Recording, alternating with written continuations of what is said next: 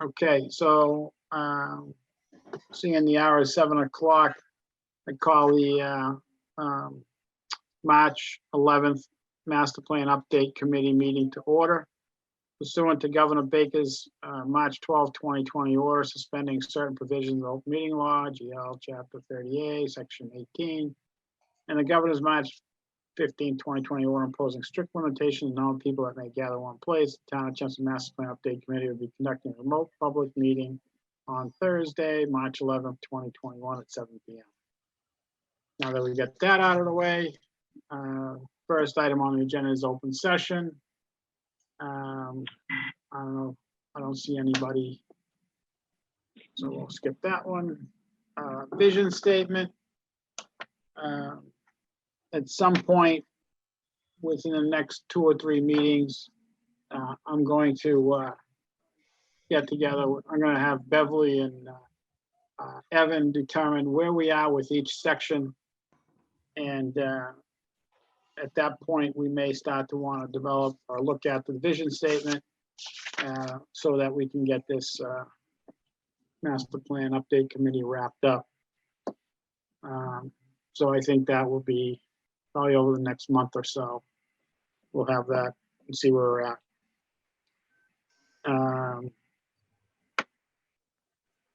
Actually, I'm going to go back to open session for 1 second. I'm going to speak in that, and that is because it's not on the agenda, but Mike and Nancy have put together an agricultural section for open space.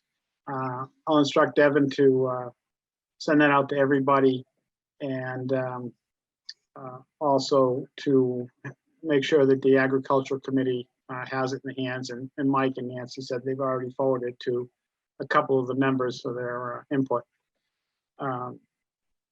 So it's about 4.5 pages long. I quickly read through it. So we'll put that on the next agenda to look at. Okay. All right.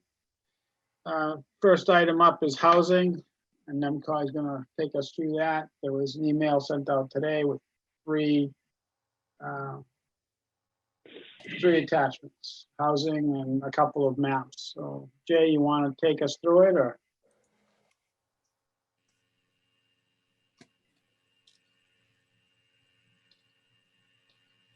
Hello, Jay. I go to page 3, Justin. Yeah, first changes on page 3. We've placed working class with Mill Village. Okay. The next page was page 9.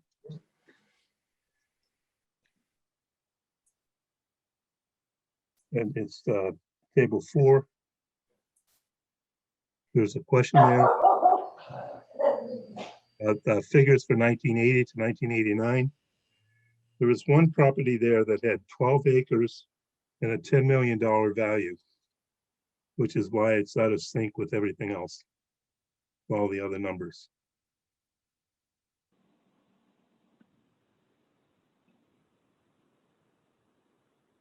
On Wait a minute. On which one? I'm sorry. That was supposed to be for 1980 to 1989. There was one property. It was supposed to be. There's a question about why that was out of sync with the other values. Yeah. Carlin said that there's. He said the one property had 10 acres and 12 acres and a $10 million value, but that wouldn't fit in there. So I don't know. I have to ask about that. But there's one property that brings that out of whack with the other. Is it possible to take that out of like whatever that one property is, and maybe just put it in as like an asterisk point, like this property also sold during that time frame, but was. Or we could keep it in there, put an asterisk down below explaining it. Yeah, either way, yeah. Yeah. Let me. I'll get back to Carlin and. Yeah, I like the second option better. Yeah, I'll agree. Okay. All right, the next page, page 10. Nancy had asked for some information on units. I sent out some information to Evan about units per apartments, but they're not, the numbers ended up not matching up. There were 35 properties instead of 50. Mm. We're still going back and forth, the assessor, to try to figure out where the numbers are. There's something like 6 different classifications for these types of properties. We're trying to figure out what he used for those. So we'll figure that out and get you what you need, Nancy, on that. It's just taking a while to try to get that information. I mean, initially, Harlan gave me a cumulative figure as opposed to individual properties, and then he gave me another figure that had the individual by year, but it really didn't add up. So we're just checking our numbers, but we'll get that for you.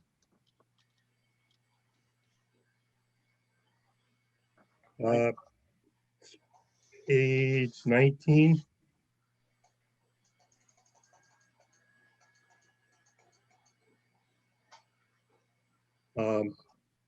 He added figure 5,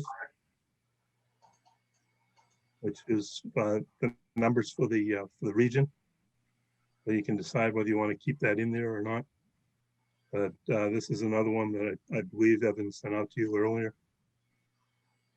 It shows, so you're able to make a comparison with the sales in Chelmsford. Then on the next page, which is now figure 6. We had added the information down below that was missing the last time. And then the next page, we have figure 7, which is the information for the region. But the median selling price. Wow.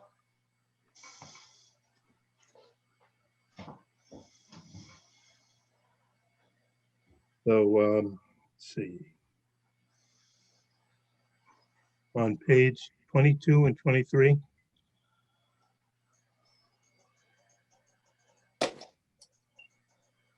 Starting with the subsidized housing units. Last meeting, Evan said that the town was over 10%. So we got an updated list. We got February 2021 instead of July 2020. And we changed Chelmsford's numbers that showed it at 10.4%. And then we changed all the other numbers that were affected as well in the region.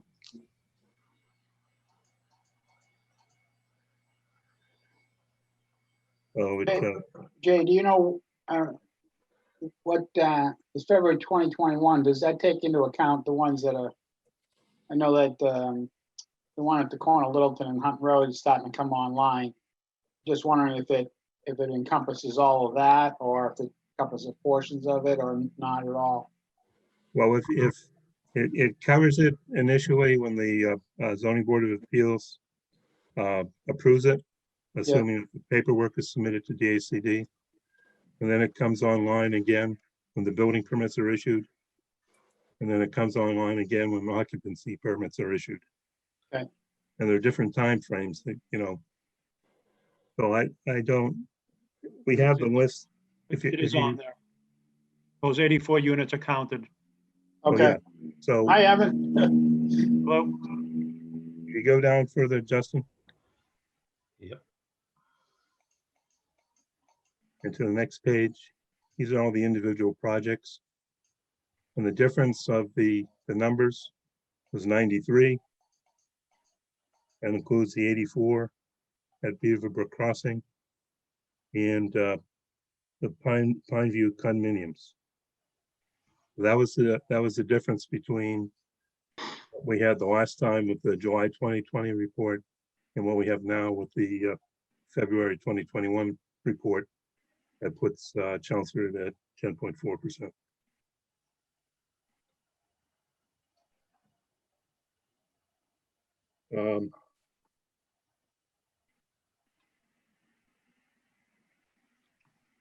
on page 28.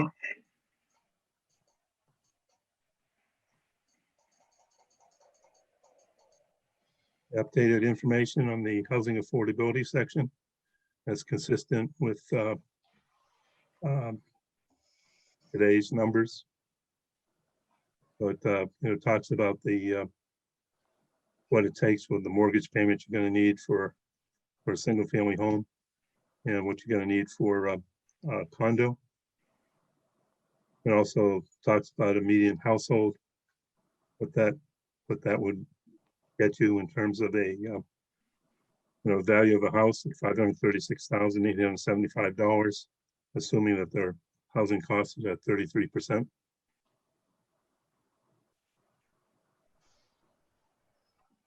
So page 31. I'm sorry. Hang on, can you go back to that one? Yep.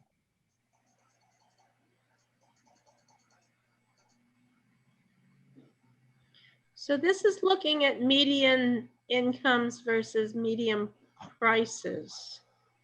No, Median selling prices. the median sales price up here. First paragraph. 48,700 in the first paragraph. The second paragraph talks about median household income. Okay. And it basically says median household income can afford the median sales prices. Says it's above the median sales price, Yeah. 536. You guys- Do we With a have big anything? assumption. With a very big assumption. Anything in here? That it says with a very big assumption that the total housing costs are not more than 33%. The 2017 Affordable Housing Plan indicated, I think, that more than 50% of total households spend more than 33% of total income on housing costs between ownership and rental households, if I recall correctly. Right.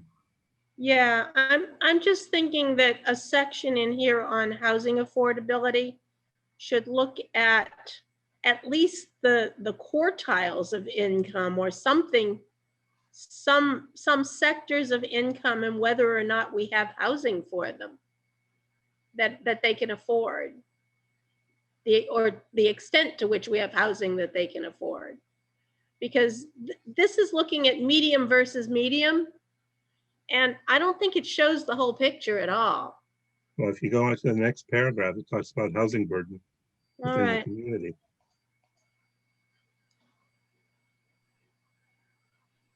So, there are talks about the number of what, if you go on to the next page, Justin, have the table there.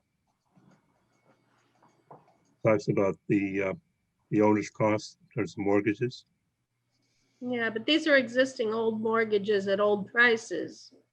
Well, yeah, but that's Yeah. what the history is. I understand that. What I'm asking about is the price of entry into the market today and who can and can't afford it. I think that's what the paragraphs above it say. To some degree. No, I think at a point, right? It's talking about mortgages, not home sales. Yeah. Very different. It's a very different matter. I mean, somebody that has a lot of equity in an existing house can buy into the market because they have the equity to put down, but somebody that doesn't have the income and doesn't have an existing house with equity can't get into the market. I mean, the current prices are basically excluding a lot of people from buying in Chelmsford. So what do we want to say in this document? Be careful what you say. And what numbers do you pick? You know the median sales price, that's a given. you know, the median household incomes in Chelmsford. So what do? Pick a number less than that? What number do you pick? I don't know, maybe we look at quartiles or something. You know, quartiles of income and quartiles of house prices. But it just seems to me that it deserves a story in here. And what story would you like to tell? You want to say that that the housing in Chelmsford is unaffordable to most people under a specific income? Well, that really is the story. Yes, it is. I mean, that's a Well, hold on. That's not way the of putting story. it. The story is the housing in Massachusetts is unaffordable. Chelmsford's no different than most other towns. When you look at where we fall, we're probably at number 68 to 71 in the scale of the state as far as, and we've maintained that over time. It's not like we're falling in or out. It's the housing market in general in Massachusetts.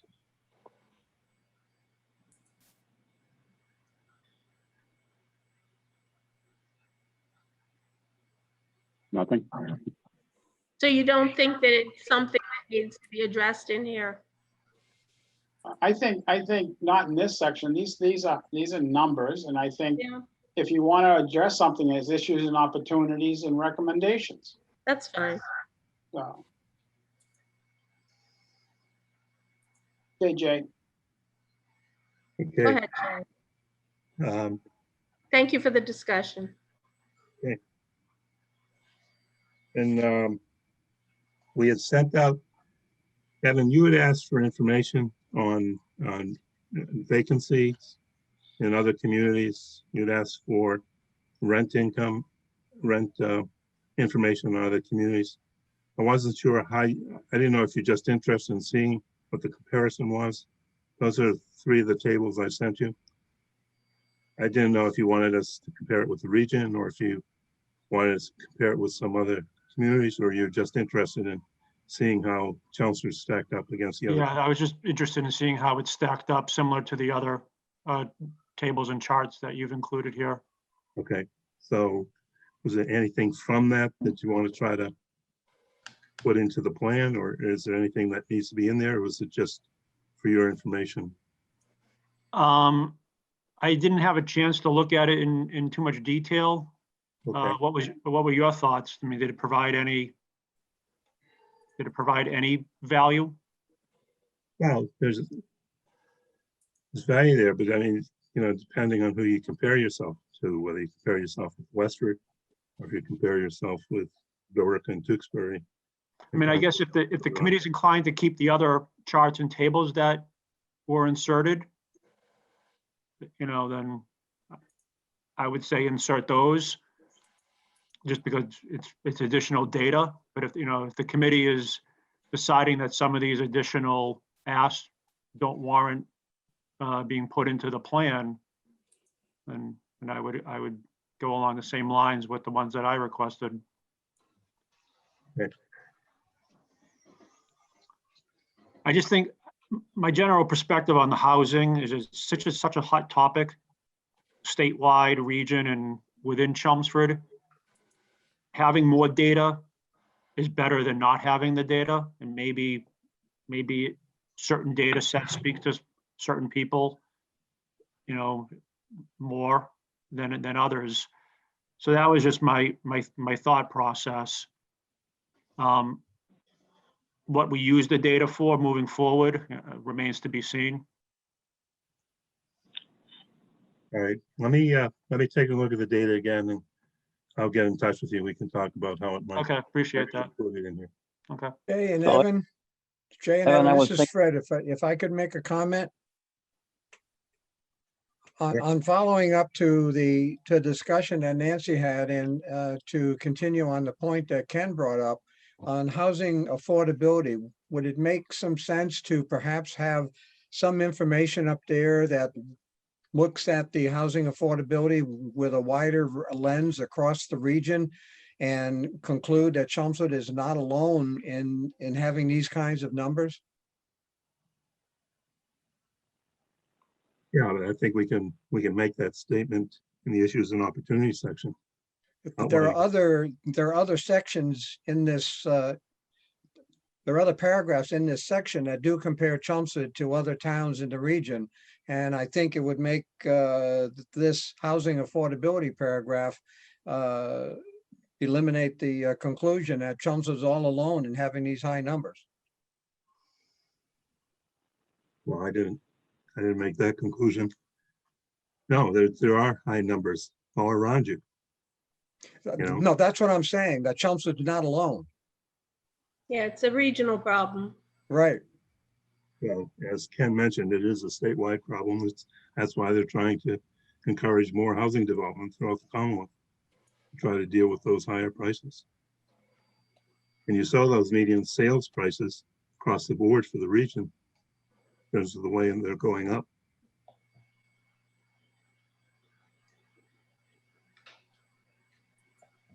Well, I understand where everyone's coming from. I think that this part of the plan is to talk about Chelmsford. And then when we get into issues and opportunities, we can make statements like if we compared it to Westford or Billerica or Drake. I think that the trends that we see, they're seeing. You know, housing prices are going up, affordability for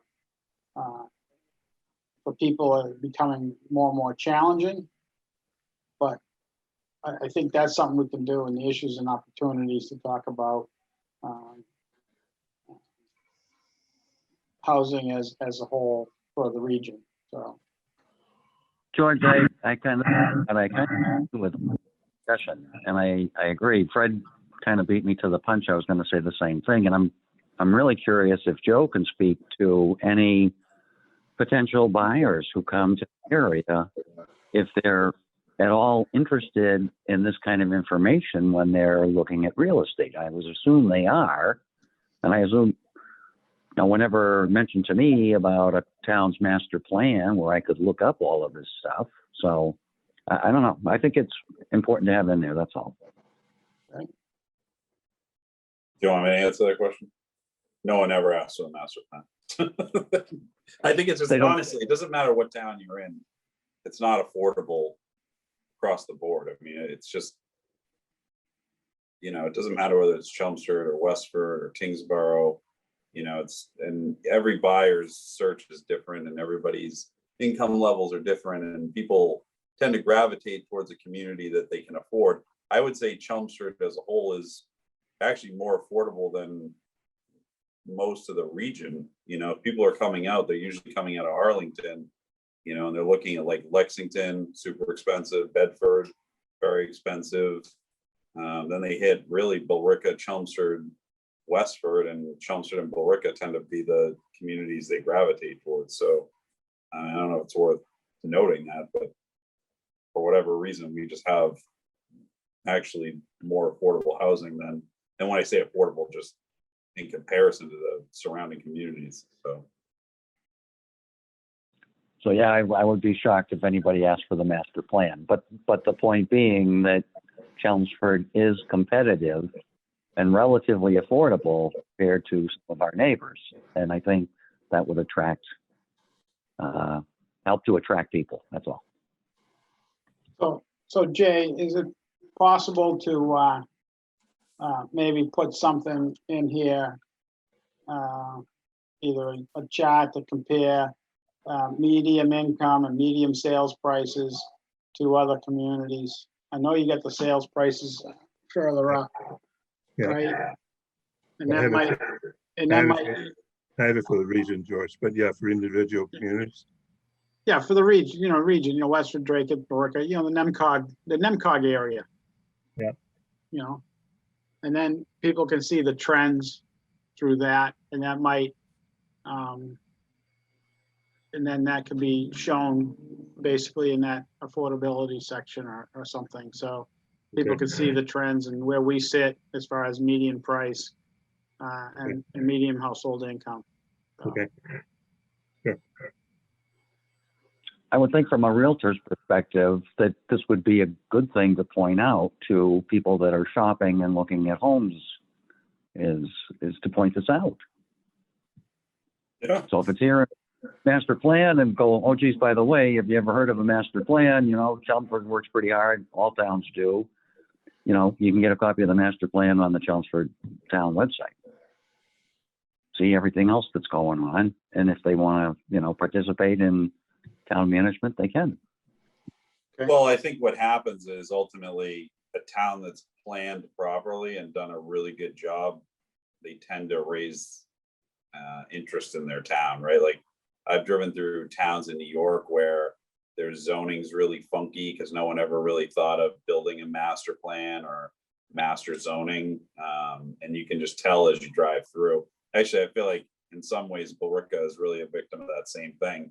For whatever reason, they've got a lot of commercial overlay over their residential districts, and it's just nothing seems to match up right whenever you're driving through there. That's one of the things people talk about a lot when they talk about it, versus like you go out to like a Westford where things were built out much later. You know, they have a lot of that zoning in place. You know, it made it a lot easier for them to have planned community developments, and you know, that's people are looking for some consistency, I think, more than anything when they're going into a community. And so, I don't know. I mean, Chelmsford's done a pretty good job of tackling both, I think, with as much as they can do, considering you've got 40B statutes and all that other stuff that kind of drive housing into areas you may not want. But I don't know. The master plan definitely matters.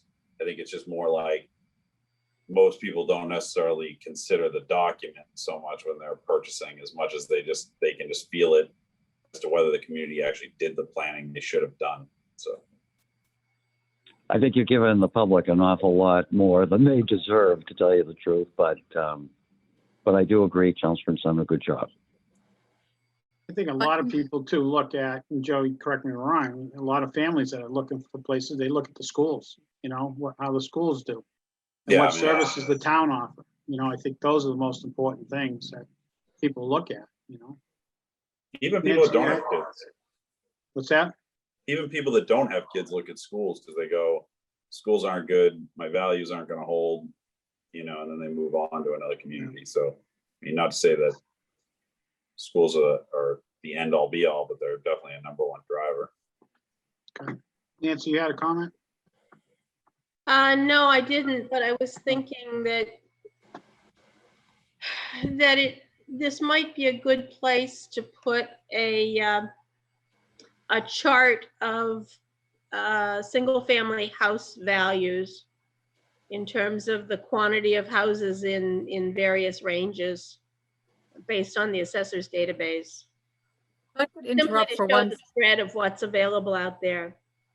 I could interrupt for 1 second. Justin, I just emailed you a chart. If you could put that on your screen, this might take care of Nancy's concern. It's a graphic that I pulled off of Mass Housing Partnerships website. They have a database that you can search by community, and it shows income by tenure of housing, and it basically shows rental units, ownership units. So that might be helpful. Just 1 second, Beverly.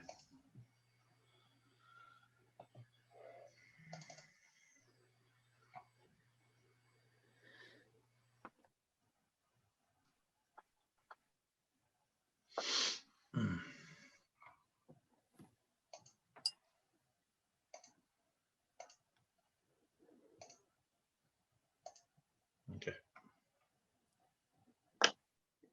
Can you see that?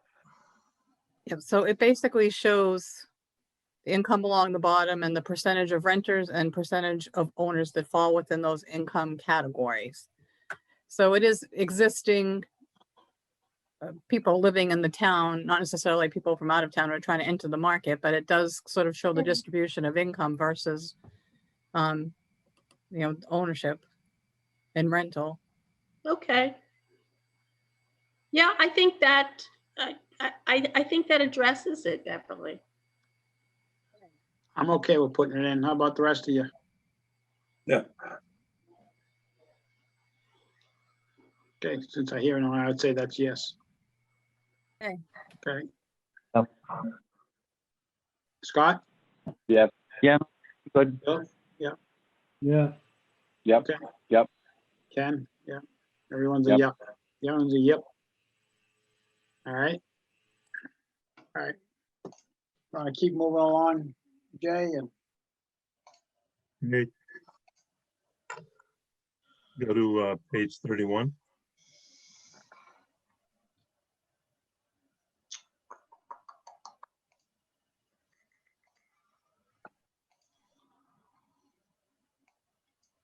Which page, 31? Yep.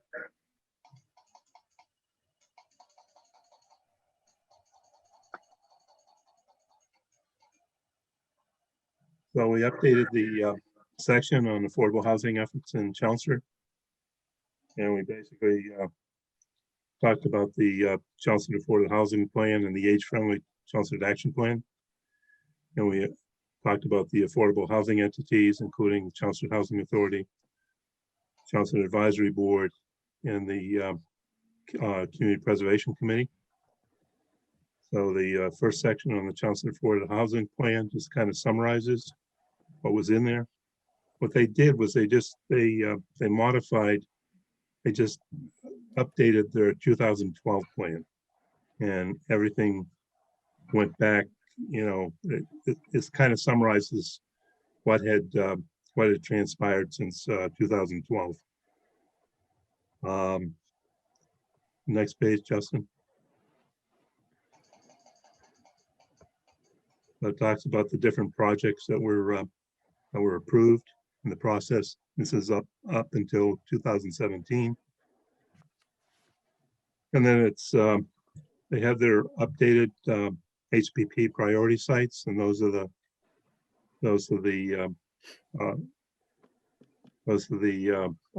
parcels listed. And we're going to have a map. We can have a map in here and a chart in here with those parcels. I think if anybody sees anything that shouldn't still be on there, then let me know. We'll take that off.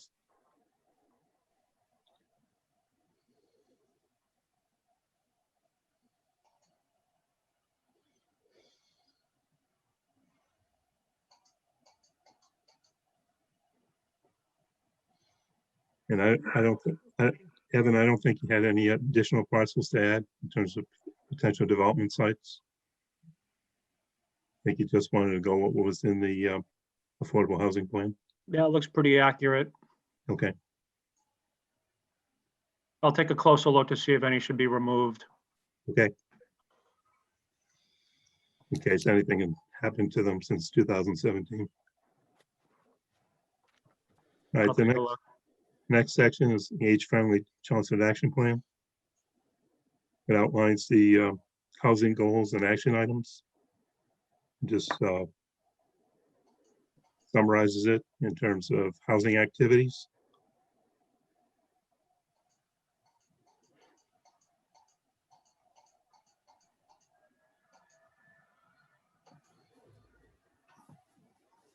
And then we had information, data information, Chelmsford Housing Authority. Basically, I took it from the 2020 town's annual plan.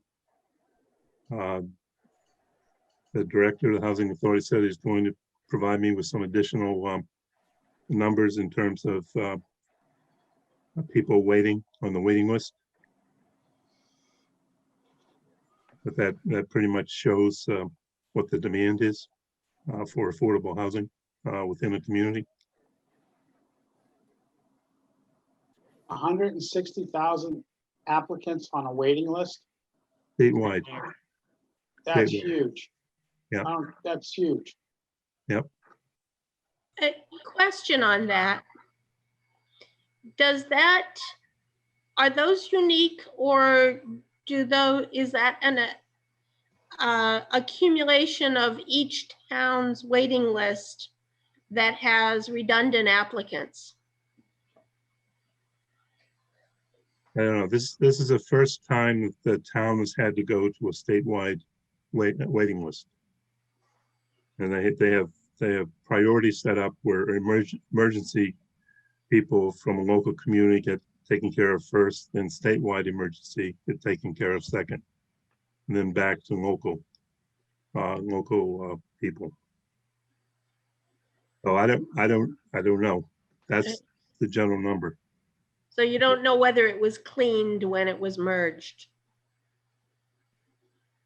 I have no idea. Yeah, okay.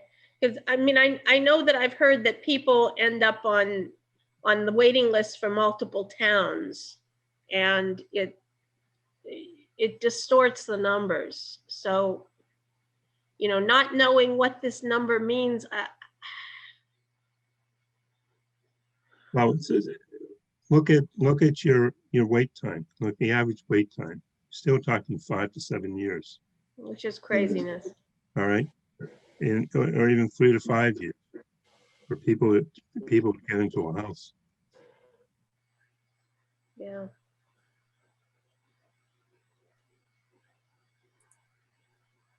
So Chelmsford Housing Authority had more than 1,100 applicants on their waiting list. And those are people that either work or live in Chelmsford. Jay, this is Fred. Under the paragraph that starts under the state aided senior housing, about 4 lines down, it says as of 2000, there were more than 3,000 applicants. That being 20 years ago, is there any more current I information? know it's 2020. It'd be 2020. Okay. Thank you.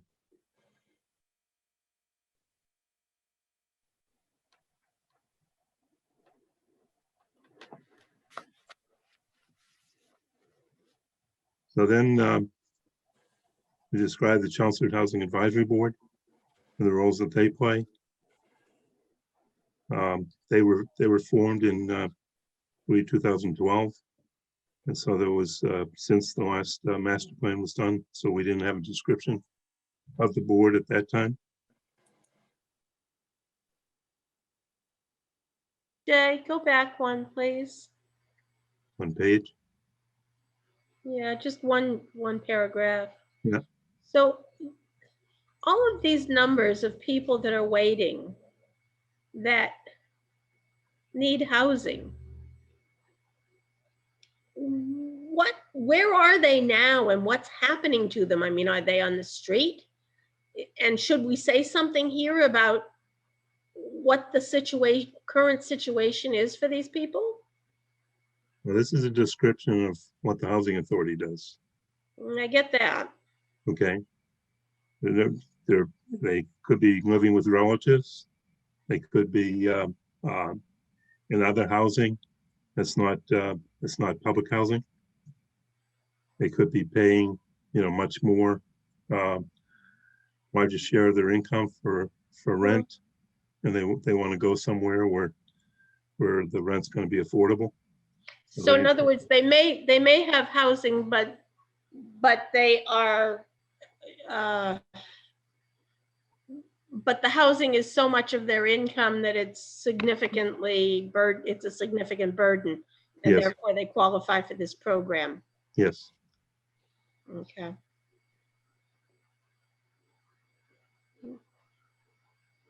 Yeah, I think this is half of a picture. I think this is only half of a picture. Okay. The other thing to keep in mind is that this situation is going to become more dire given our aging population. That's right.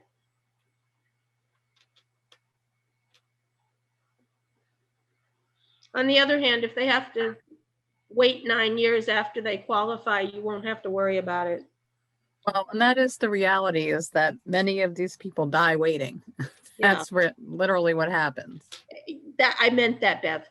Yep. Yeah. So, the other thing too is I had a neighbor just down the street, and him and his wife got older and they retired. He couldn't do his work that he was doing, and she retired. She had a small pension, but they went and they got themselves a reverse mortgage. And by the time they got, 10 years into it, 15 years into it, they really maxed out the reverse mortgage. The taxes were up. They're on a very fixed income, and they couldn't afford to stay in the house they were in. Yeah. So she ended up passing away, but he ultimately ended up in housing. Yeah. So, you know, that's the reality. They run into a glitch. They're in their house.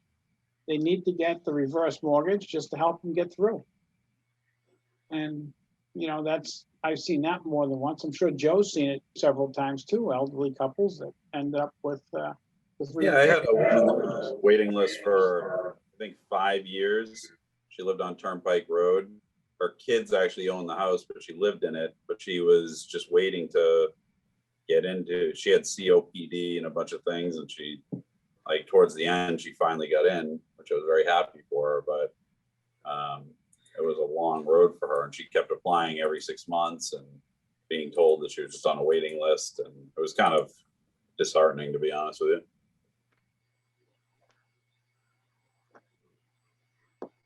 All right, let's keep moving on, Jay. Okay, next page, Justin. We just summarize the activities, the advisory board, housing advisory board. And then we go into discussion of community preservation committee. Just updated the information, provided that was approximately 1.4 million CPA funds available in FY 2020.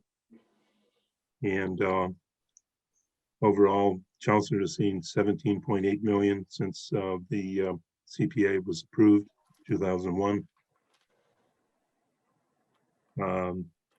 Then we focus on the affordable housing components of the CPC. It's the same as they have a I guess a 2012 plan that I took some of the information from. Talked about a couple of the projects that they provided since 2010, since the master plan was done. Chelmsford Woods Affordable Housing Project, Highland Avenue Project, Manhan Street Veterans Project, are all projects that had CPA funds involved in them. And the CPA funds were able to leverage significant amounts of state, federal, and private funds to be able to move forward. And then Evan had mentioned to me there was 860,000 in the Housing Stabilization Fund. Who manages that, Evan? Is it the CPA? No, it's town meeting. Town meeting? Okay. So I just put that on at the end of the fact that those resources are available. And those funds came as a result of passing the inclusionary housing bylaw. And this is private developers contributing those funds in lieu of producing the affordable housing units. So the next section is just basically providing the public input that we had from the SWOT visioning session. And then we had summary of the information that came from the housing information came from the master plan survey.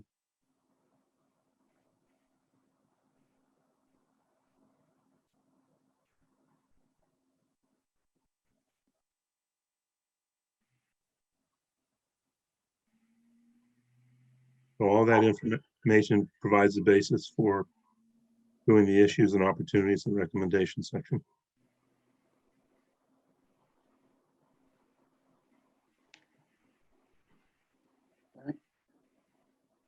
And we don't have those, what the issues in 2010 were here, right? No, but I have the last time you went to the transportation recommendation, see what you wanted to work with. I mean, I don't know if Justin has the previous master plan available. I do not have it right. I mean, I could find it. That's all right. Well, I don't know if I got it, but I can't share it because it's in paper form. okay. So why don't we just discuss a few of them, I guess? Is that about the housing recommendations, George? Yep. A number of them you dealt with over the last 10 years in terms of the zoning districts you set up, a lot of the stuff has already been done. Some of the stuff's not available anymore in terms of UMass West Campus. So the recommendations back then were the first one was build upon partnership with the Chelmsford Housing Authority, create housing, a proactive approach that maintains and increases the supply and diversity of housing in the community. Explore opportunities for the town to continue to purchase available property and or utilize funds for the Community Preservation Act, address the community's housing needs, identify available town-owned properties for potential housing development to meet local needs. Target, identify potential housing sites for development and complete a master plan for Oak Hill site that includes housing and open space, which that's out of the picture now. Establish a village overlay district, town center and Vinyl Square, and no reuse overlay district, no properties, no potential to encourage mixed-use development consistent with neighborhoods. Provide zoning incentives such as through inclusionary zoning to encourage the development of housing in those areas identified through the master plan. Develop design guidelines for housing development projects to ensure the project is consistent with the neighborhood characteristics. Preserve affordable housing through retention of expiring affordable use properties for financially feasible. Prioritize mixed-use redevelopment projects that support the business community and the town's housing goals that are consistent with current neighborhood standards. Increase availability of rental units in community to address the growing needs of elderly, young families, and special needs populations. Utilize federal and state housing incentives such as the Community Development Block Grant, Chapter 40R, Chapter 40S programs to expand availability of housing in the community, meet local needs, participate in housing rehab programs to support the renovation of older residents. Explore the development of affordable housing trust to supplement the current resources available made available through CPA funds. Increase affordability requirement in the RM zoning district from 10% to 25%. And create new RM overlay districts as specified in the land use and zoning section of the master plan. Develop a master plan for UMass West Campus and consider various options for the housing in a manner consistent with current neighborhood characteristics. Address infrastructure capacity issues such as water and sewer that would limit housing opportunities in the future. Establish a redevelopment district for Hunt Road to Chamberlain Road, Route 110 to promote mixed-use development that provides additional housing opportunities. Update the town's affordable housing production plan to be consistent with the new regulation of the Mass Department of Housing and Community Development. So a lot of those have been done. A lot of those don't apply anymore. And some, I think, can get carried forward. So George, you're up on the screen if you. yeah. So I don't know if we want to tackle these or let you guys work on them and then bring back some recommendations and see where we go. Well, I can, if you want, I can send this out to committee members, try to get it in Word form, and they can offer some comments on them, get it back to us. Okay. Then we can update the recommendations. All right. Evan, what's your thoughts at this point? And my thoughts are that committee members, including myself, review and edit the technical paper like we've done with the other sections. Do the same with issues and opportunities and recommendations. And let's focus on in the next NIMCOG meeting. Let's focus on issues, opportunities, and recommendations. Okay. So, like I said, I mean, I will review it like I have with the other chapters and get those comments, over to Jay and Beverly. yeah, so can we immediately get a copy of the issues and opportunities and recommendations in Word form so that and get that out to the board like this week or beginning of next week, so that they have a week to read it, study it, make their additions, subtractions, or modifications. All right, ahead of the meeting, so we can get that back in. Are you talking about from the previous master plan? Yeah, Okay, as opposed to an updated one. well, My suggestion would be let NIMCOG update the issues and opportunities. okay, Then the committee can, at the next meeting, be All right. prepared to discuss that, okay. All right, right? I mean, that makes the most sense. all right, so I think that's how we Jay, can. yeah, can you work on that, Jay? And Yeah. our next meeting will be March 25th. That's 2 weeks. I don't know if you guys are gonna be there, if that's too quick for you. The one after that is April 8th.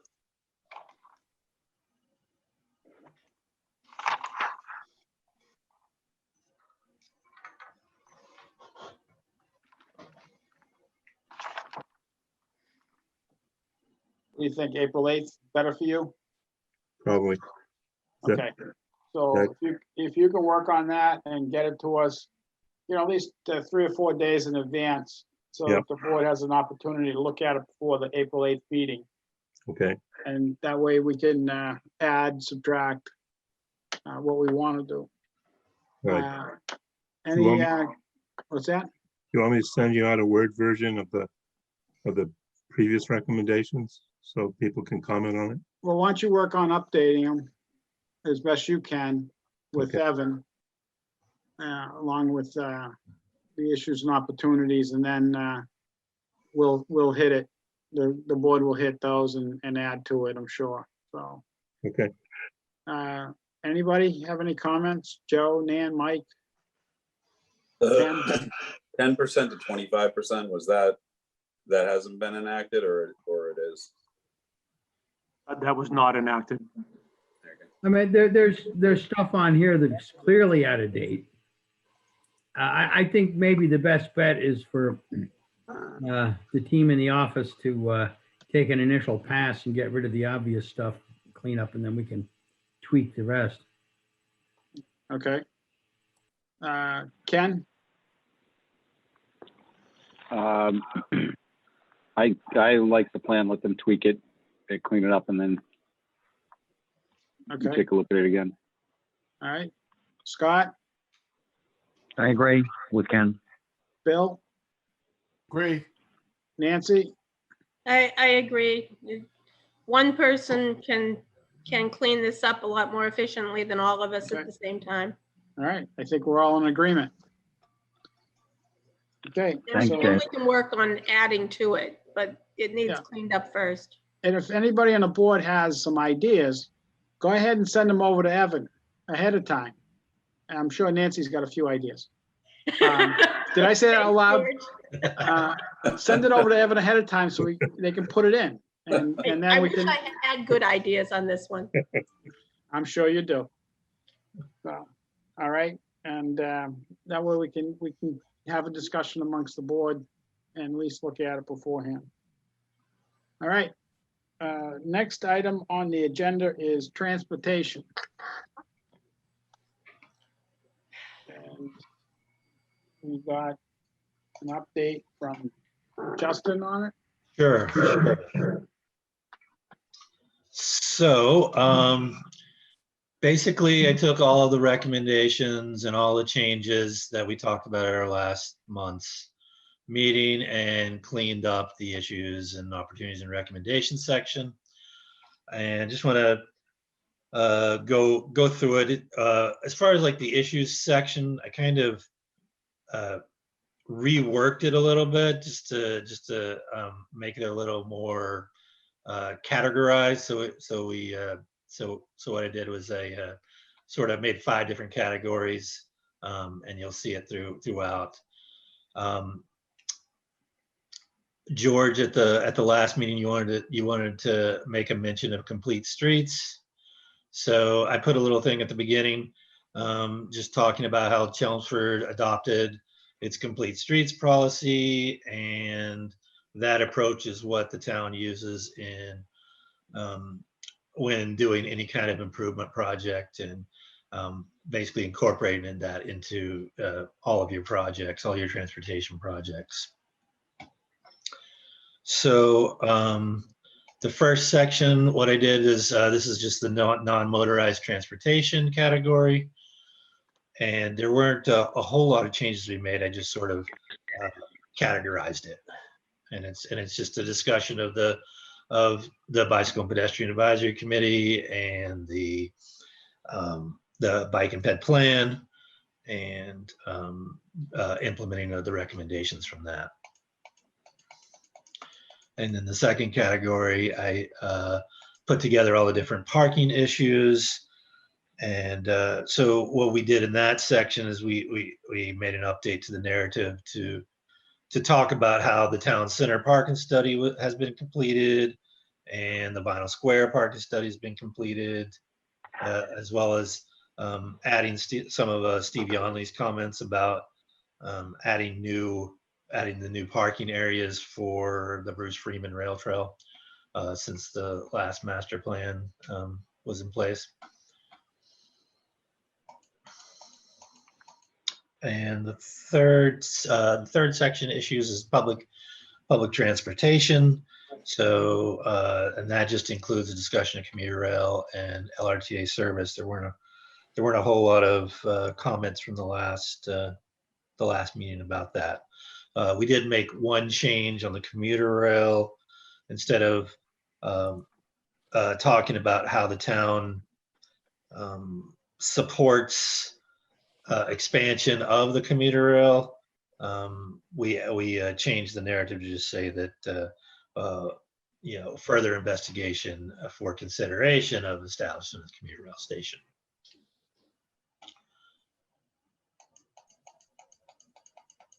And the next section, again, we just sort of organized all of the different roadway issues together, and took a lot of your comments that we received. One of the big changes, we included discussion on establishment of the Traffic Safety Committee, and we updated the 495 recommendations to remove exit 33 language and clean up the narrative for exit 34, which is actually turning into exit 88, just an FYI. And let's see, we updated our crash data analysis per your recommendations. Initially, in the last recommendation section, there were 3 high crash intersections listed, and it's up to 5 based on our latest data. And that added Drum Hill Road, Parklands Road, and Route 4 at Summer Street. And then we updated the bike and ped crashes and referenced table 13 in this transportation section. One of the big things we did with the key intersections, you remember that table with all the different intersections. What we did was we just took all of Steve Yonley's comments about the different actions that have been taken at each location, and we incorporated it into the table. So this table has been updated to reflect that. And we made one of the recommendations is to make sure the committee wants to see all the recommendations implemented.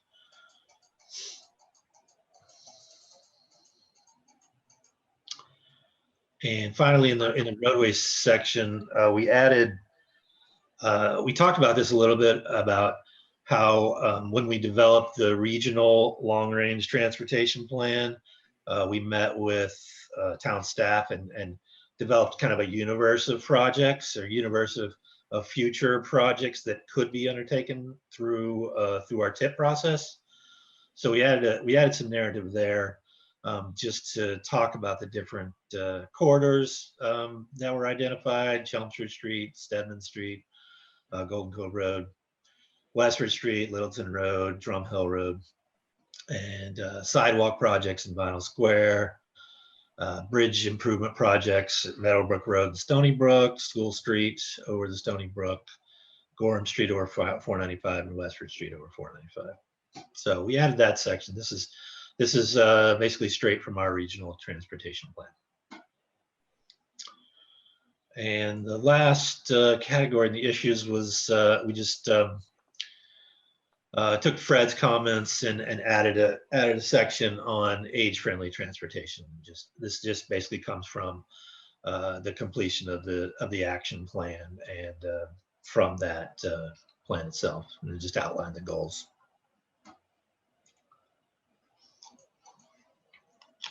And then the recommendations, again, we just categorized them into the 5 different categories. And it basically summarizes just all of the different issues. The non-motorized, focusing on implementation of the bike and ped plan, talking about how BPAC and the Traffic Safety Committee were added to this bicycle pedestrian safety program effort. We added a recommendation that the town continue to participate in the MassDOT Complete Streets program. You have a question, Nancy? Oh, I'm sorry, no. Okay. Yeah, feel free to stop me. Thought I was on mute. I was talking to myself. It happens. Let's see. We also, based on George's comments, we added the townwide street sweeping to remove sand and other materials from roadways, shoulders, and sidewalks to comply with the town's stormwater management program.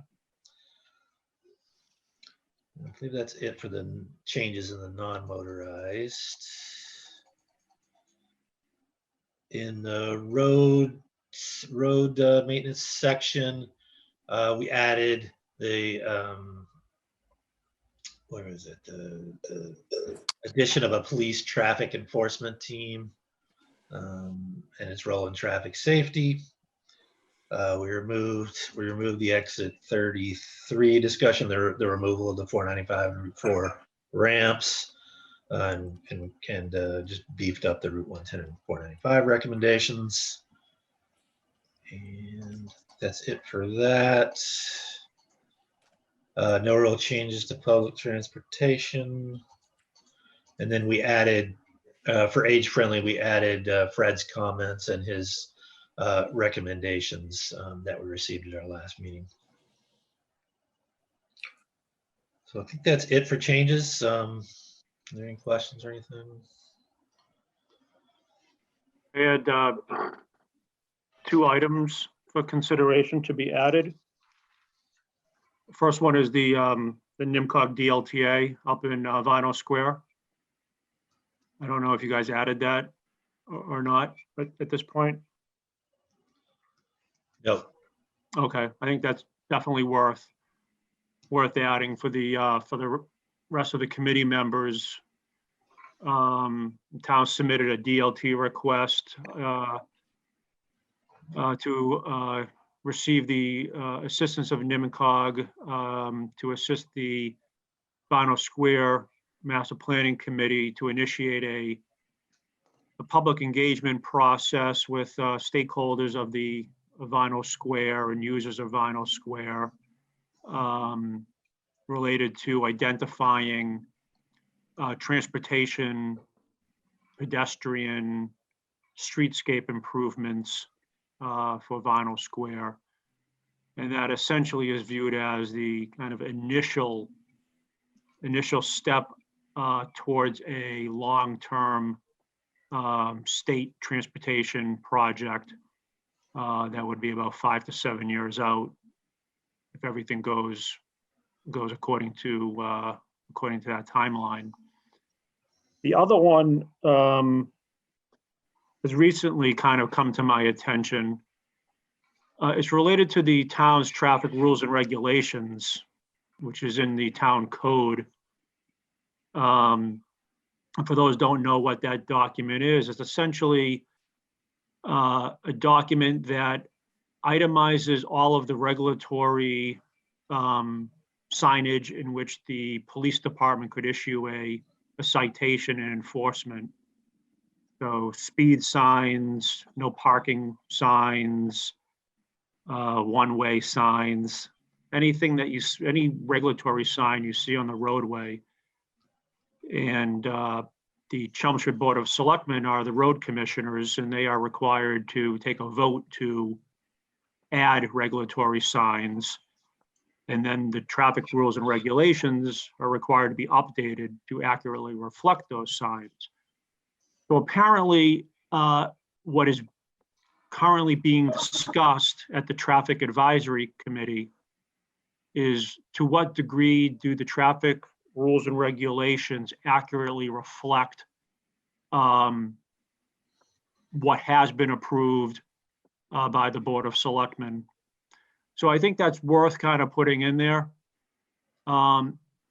It very well may end up that it's a large undertaking if over the years the traffic rules and regulations were not necessarily, but that's an assumption on my part at this point. But it is something that I believe has recently been identified and will likely be discussed at an upcoming Traffic Advisory Committee meeting.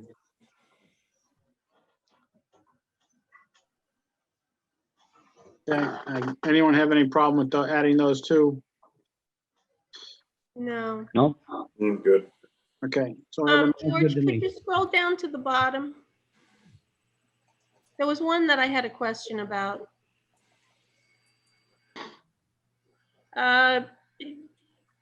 3 bullets above age-friendly recommendations. It says, create a transit hub within Chelmsford with shelter and seating. I was wondering where that came from. I believe that was 2010 master plan. It was the 2010 master plan. Yes. Okay, so that's been in there for a long time. Yep. I think we may want to take a look at that in light of the COVID budget that the state put through, because I think that type of a hub would put us into another 40B situation for affordable housing that we had no choice about. There's some new regs that were put through with the COVID budget. Well, So- I think you're referring to the economic development bill, and Chelmsford's already in that that pot basically, in that it applies to all MBTA communities, and because Chelmsford is contiguous to Lowell, which has MBTA commuter rail service, and Billerica, you are one of the designated communities that has to comply with that. I've sent some of this initial information out to the planning board. And as Beverly knows, the state's been doing Yeah. a number of webinars. And essentially the message that I received from those webinars is that as it pertains to the MBTA designation, it's a wait and see approach, that the state is developing guidance, and that guidance will likely include a robust public engagement process. And they keep using the term if applicable or as applicable, which leads me to believe that there's likely going to be some built-in provision where communities could petition or try to make their case that the provision should not be applicable. But it's kind of to be determined. You're more optimistic than I am, Evan. So Yeah. Yeah. I mean, in Something in there about development within half a mile of a transit hub. Yeah, I mean, Chelmsford it's a good example. I mean, we certainly do our fair share of providing housing opportunities based upon our limited public transportation. But we're certainly, you know, we don't have a transit hub, and we certainly don't have close proximity to a commuter rail or even a bus station. So it doesn't say that you have to develop housing if you're near a transit hub. What it says is that every one of these communities has to have some place in their community that is zoned for multifamily housing. And it cannot be age restricted. It has to be suitable for families.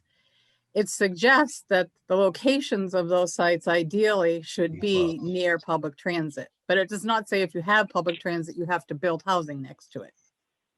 Right. So I understand, Nancy, I understand what you're saying. If the town had a transit hub, if there were a provision or a process for a town to petition not to be applicable, it'd be rather difficult. Yeah.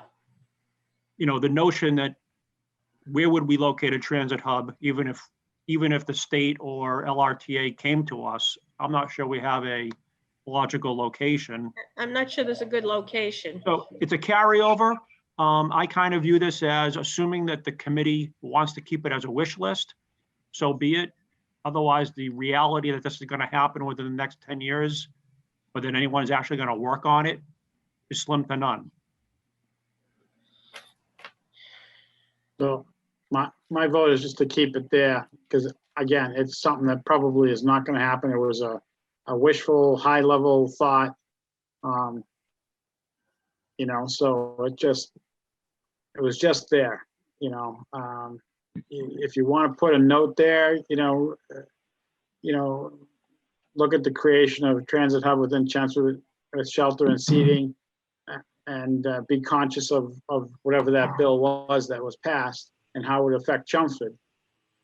Some sort of note in there identifying that potential, that what could happen, that's fine. So, George, I think I'd be more comfortable with this statement if it said, evaluate the need and impact of a transit hub within Chelmsford.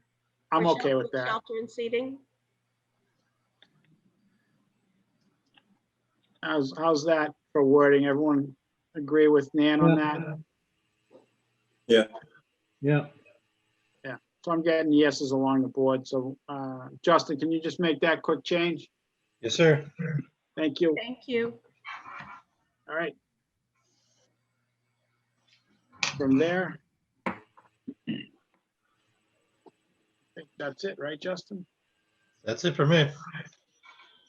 All right. I think the rest of it is pretty good. Committee have any questions?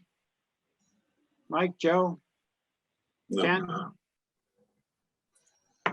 Scott, Nope. Bill? Nan? No, Okay. All right. I think this section's pretty well wrapped up. What I encourage the board to do is go through, read it, give it one more good read. You have a question, get that over to Evan, and Evan will get over to Justin, and then we can iron that out at one of the next meetings. So from there, Fred, you want to give us an update on age friendly? Yes, thank you, George. It's my understanding that the action plan is currently being reviewed by AARP at the national level. But we're moving on to the next phase in the initiative, that being the implementation phase. At their meeting this last Monday, the select board approved the town manager's appointees to a 9-member age-friendly Chelmsford implementation committee. We're currently discussing the structure of that committee and some rules of operation. We'll probably hold our first monthly meeting next month. Great. Anyone have any questions for Fred? All right, moving on. Schedule moving forward, next steps, planning board update. So Evan, I mentioned earlier before you joined us that get together with Beverly and Jay and Justin and determine where we are with each and every section. And, if we've completed them, what we need to do, what's remaining. And then once we know that we can go back into discussion of vision statement. And if we want to change that, modify it, add it, and add to it. So next steps, Evan, what do you see? And Beverly, what do you see? My thoughts on this is once I work offline with Beverly and Jay and likely George to determine the status of each chapter, I think at your next meeting we can report back. But my thought at this point is that sometime quickly after the elections, when the planning board is reorged and settled, but very shortly after the election, I think this committee, at a minimum, should provide an update to the planning board Maybe there are certain chapters that the planning board has particular interest in. We all know what those would likely be: economic development, housing, land use, zoning. And maybe drafts, final working drafts are provided to the planning board. My concern, or my emphasis on this is, I get the sense that there are many boards and committees in town, including the planning board, that are kind of waiting for this committee to publish a status report or finalize the document. It came up this evening at Center Village. They're discussing kind of parking in the center. So they're wondering what the master plan is saying about it. Vinyl Square, has it as a standing agenda item. I think the Historic Commission likely has it as a standing item. And obviously the planning board is aware that you're their committee. But I think the sooner we can get it in front of the planning board, even if it's an interim kind of update. And in our case, I think we're probably 85% through the process. I mean, I don't think there's any particular chapter other than housing that's maybe 50%. And a couple of chapters I'm working on are maybe at 85%. So I mean, they're final drafts at this point. Unless the committee process as part of the vision statement makes some bold statements, I think the body of each chapter is pretty set. So that's kind of where I am at this point. Let's get some sort of update to the planning board sooner than later. Because I think the planning board and the community and other boards and committees are kind of waiting to see what they should be doing. Around that topic, I think one of the things that I heard tonight at Center Village was the uncertainty about what to expect from the master plan and what it would contribute and how it would set the stage for the work to be done by the Center Village Master Plan Committee. But if you look at that from our side of that question, I think the question we should be asking is, what do those other committees need from us, from the master plan? And I don't think we've asked them that question. They're out there waiting to see what's going to happen. But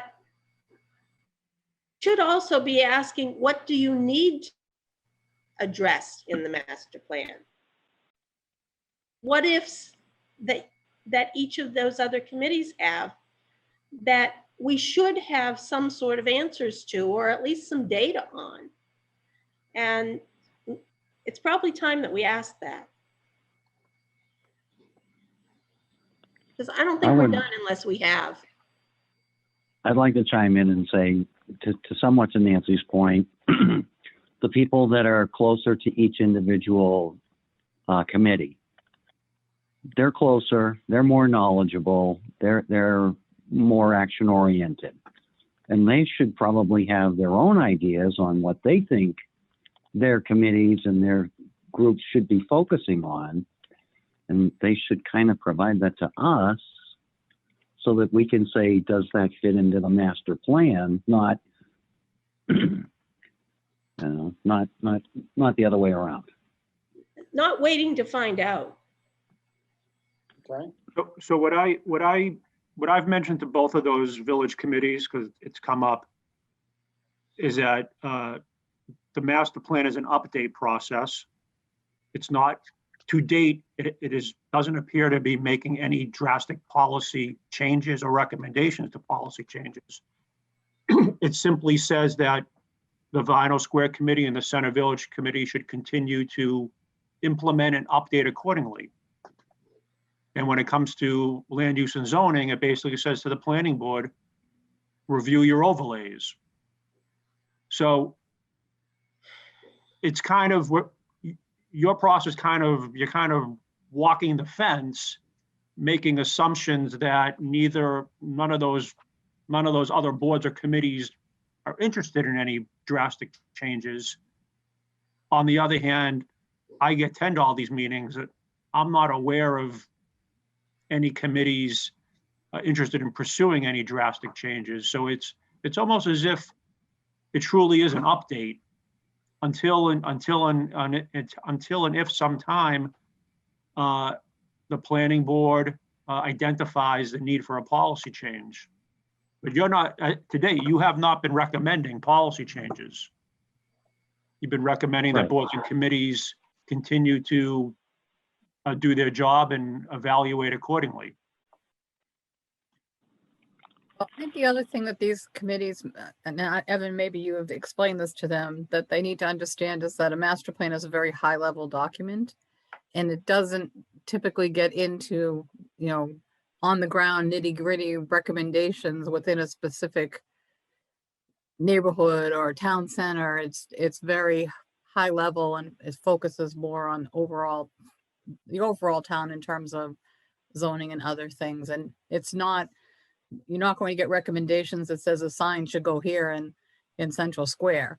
So, and that's probably more the role of the committee, is looking very specifically at that area rather than the master plan committee looking in that Right. level of detail at that area. Right. So this may further kind of explain why I think getting it to the planning board sooner than later makes sense. And maybe as part of that planning board meeting, we invite Center Village, Vinyl Square, Historic Commission. And maybe the update is, what has been the methodology that the master planning committee has adopted to date, and outline to them that you viewed it as an update.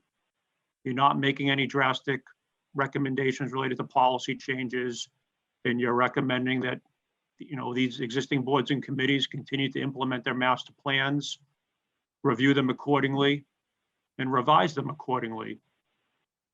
That may address this kind of disconnect that appears to exist right now, where people are waiting, trying to figure out whether master planning is going to be recommending, let's take housing, for instance, or economic development. And I think the 2010 master plan did make drastic or bold statements, and then everything else kind of fell into place.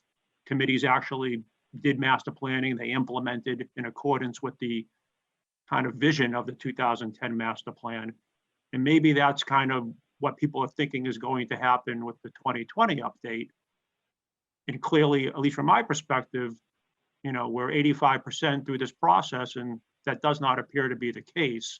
Right. And I think this committee kind of that was your methodology from the get-go. You viewed this as an update, and where you did have potential policy discussions, you decided to basically recommend that existing boards and committees continue to review and update their master plans accordingly. So maybe, that may be the importance of getting in front of the planning board sooner than later, just so you're setting the table so that when your plan is finally published, people aren't surprised, or they understand kind of what is expected. So Evan, I was thinking, if the Vinyl Square or Center Village actually makes some significant progress, right, on their goals, it's going to have an impact on the town, right? And so I mentioned a couple of times that I thought it would be in everyone's best interest if this master plan committee could meet a little bit more often, document the accomplishments in the last 2.5 years working forward, see if any progress on the various committees has an impact on the town that is going to need to be addressed, as opposed to something happening and then we don't address it again for seven more years on a master plan level. That's all. Well, also keep in mind that you can update this master plan at any time. And in Massachusetts, the planning board is the only entity that has to vote to adopt the master plan. And the planning board also has the authority to make amendments to the master plan at any time. So you don't necessarily have to wait 7 more years to make changes to this document. It can be changed at any time that the planning board feels it's appropriate. I think what, But I think the reality is that with the effort that it takes to make updates to the master plan, nobody's going to take that on.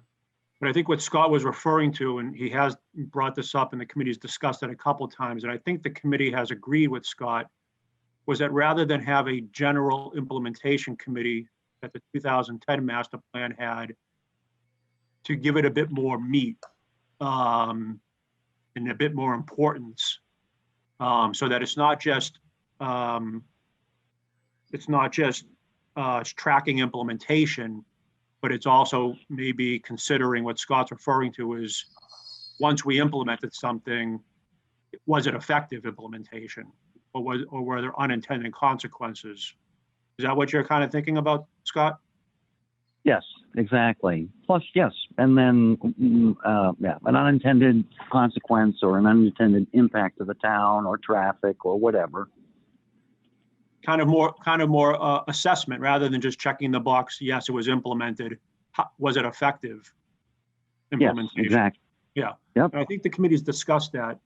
And that's, I agree. I mean, the last 10 years, we've done tremendous implementation, but as we've discussed with housing and traffic, not everyone agrees that implementation, meaning checking the box implementation, achieved the desired goals and objectives, which I think is why this committee is recommending that planning board review the overlays rather as opposed to making a policy recommendation. Well, additionally, there were a lot of recommendations, but it was unclear who might have the action or responsibility to take that initiative. So if something is very important to us and it's in our master plan and it's one of our key recommendations and we haven't made progress in 2.5 years, maybe it's because nobody knows who's supposed to do it. Yeah, we talked about this. So, you know, to me, Yep. that's probably one of the biggest game changers that this master plan will likely include, not just an implementation committee, but kind of an assessment as boards and committees conduct implementation. I like that term, Evan. I mean, we'd have to figure out the details because it would be a new concept, but just because you implement doesn't mean that it's viewed as successful. That's my point. I think it's time to get in front of the planning board, even if it's just a methodology update. This is our process to date. This is where we are. This is where we're heading. But like I said, I think the notion that this plan is remotely the same as the 2010 master plan, I think the sooner that this committee can kind of set the stage and explain to the community and the other boards and committees that you truly viewed it as an update, I think it will clarify a lot of just disconnection right now. And I think it's good to communicate to those people there'll be more periodic assessments where there weren't any from the last time.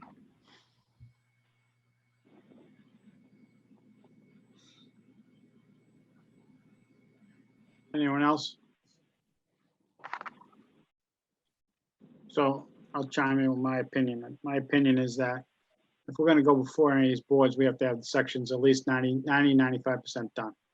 That way that they have something in front of them that they can read and then ask questions or make comments. And then we'll bring that back to our committee. You know, just to show up and say, yeah, this is an update. This is where we're at. We're 90% done. Got any questions? I don't know what good that's going to do anybody. So,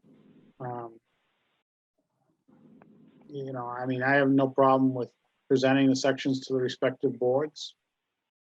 But like Beverly said, this is high level. They're supposed to get into the nitty gritty. They're supposed to, you know, get into the zoning part of it. They're supposed to get into, you know, we all know the potential parking problem in downtown Chelmsford Center. parking problem in Vinyl Square. When that lease runs out on that parking lot, the only public parking lot then becomes by the fire station. So, definitely the town should try to pursue the parking in Vinyl Square when that lease comes up. But it's just my opinion, and I'll do whatever the board wants to do. But I think we got to get a handle on where we are with each and every section before we start going to all these boards. I mean, this has been a challenging process. So maybe the next step is rather than belabor this, let me work offline with Beverly and Jay and George and report back at your next meeting on the status of each chapter. And then maybe for the next agenda, in 2 weeks, we can look at a calendar and try to do a timeline. Okay. As to, when we'll get to that 95% point where we can then go to the planning board. okay. Evan, do we have a location where we can grab current copies of each of the chapters? Yeah, I know in the past, committees have used like Dropbox or file share. I can look into that if that's what this committee wants to do. Is that your preference? I don't think that would be a bad thing. I think it'll be a good thing to have them all together. Is that Like it something was that, defined. is that something that NIMCOG, have you ever provided that kind of service? Okay, are you able to set that up? Let me talk to Carl, and we have put things on OneDrive where people can go. It's a link, basically you just click the link, it'll take you to Carlin's OneDrive. I don't know how long he can leave things on there for, so let me check with him and see how long Okay. term that is. So Yeah. you can leave things on OneDrive indefinitely. Okay. I mean, it's how I've shared the recordings of these meetings, and they're all still there. So that'd be easy. That'd be the easiest option because you already have all the Word drafts.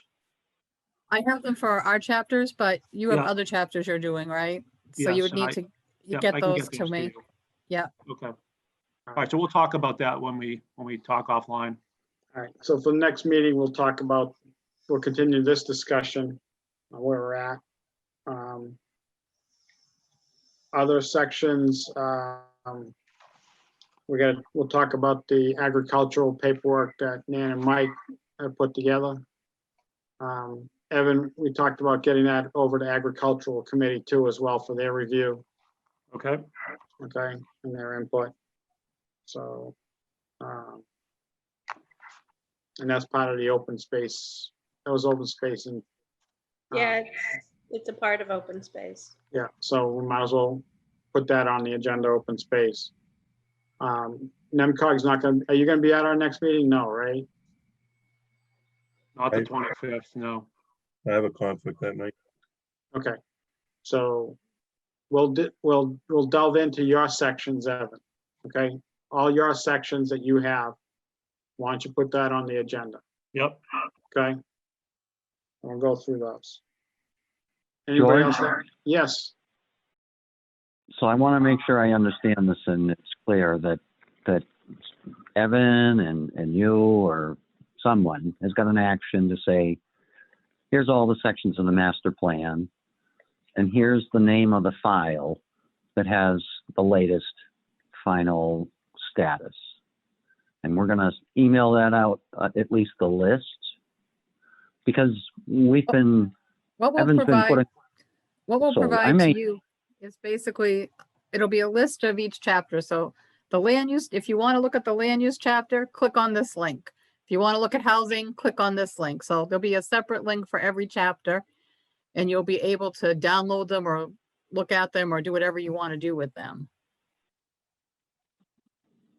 well, my point was, I think I have a lot of them because I've been saving them in the emails that have come out. So I just kind of am looking to see the list that says, here's the date of the current version, so that I don't have to wait 2 weeks. I can start really reviewing in earnest the sections that I already do have. That's all. So I wanted to see that list, that here's the section, here's the file name, here's the date, some way to Okay. to Well, specify. And the link on the OneDrive is great if we don't have it. So that's a great idea. Thank you.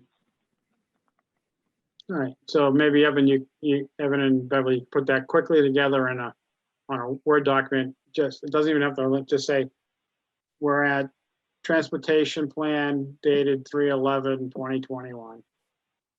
You know, and that way he can go back through his notes, because I saved them as well, but I got 150 emails that, you know, it's just a matter of going through them all. So at least we can get, if you have them, you can look through them, but, and then work on getting those into that OneDrive or whatever it is. Okay. Thank you. All right. Okay. So tonight we have approval of minutes of 2/25. Joe and I can't vote on it. We'll have to abstain. So has everyone had a chance to look at those minutes? Well, Yeah. I have, I'll move to accept. Okay, who was that? Mike, Mike, okay, I didn't I'll see it. second. Second by, a motion by Mike, second by Scott to approve. Roll call, Ken, Aye. Mike, yeah, Nancy, Yes, Scott, Yes. Bill, Yes, Joe, Yes. abstain. You weren't there. I was not there on the 25th. Nope. And I was not there, so I'm abstaining as well. Motion carries. Just so you know, we still have one set of minutes outstanding. That's January 28th, and we're working on that.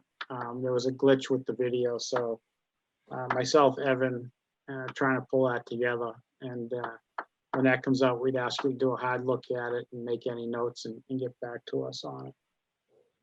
With that being said, anyone else have anything to talk about, or we're all good? I think we're all good. I'll entertain a motion to adjourn. you have it. Mike made a motion to adjourn, second. second, Second by Aye. Nancy. Ken said aye. Scott, Aye. Bill, yes. Nancy, yes. Mike, Yeah. Joe, Yes. and me is yes. Thank you very much, everybody. Have a Night, good night. folks. Night Bye, all. everybody. All right.